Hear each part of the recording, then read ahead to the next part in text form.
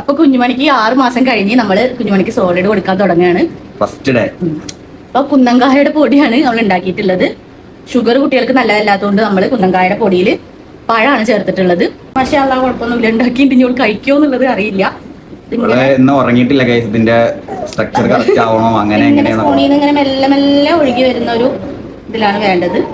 അപ്പൊ അതൊക്കെ നോക്കി പിടിച്ച് ഫസ്റ്റ് നമ്മുടെ ഫുഡ് കൊടുക്കലല്ലേ, അപ്പൊ അതിന്റെ ടെൻഷൻ ഒന്നും പറയാനൊന്നും കിട്ടണില്ല.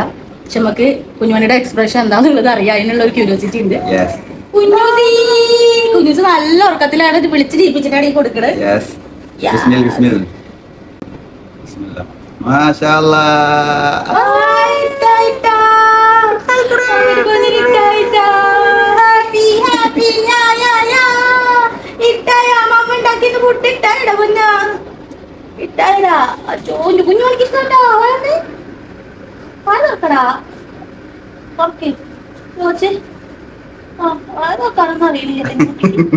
നിങ്ങൾ ആകെ പാലും കുപ്പിക്ക്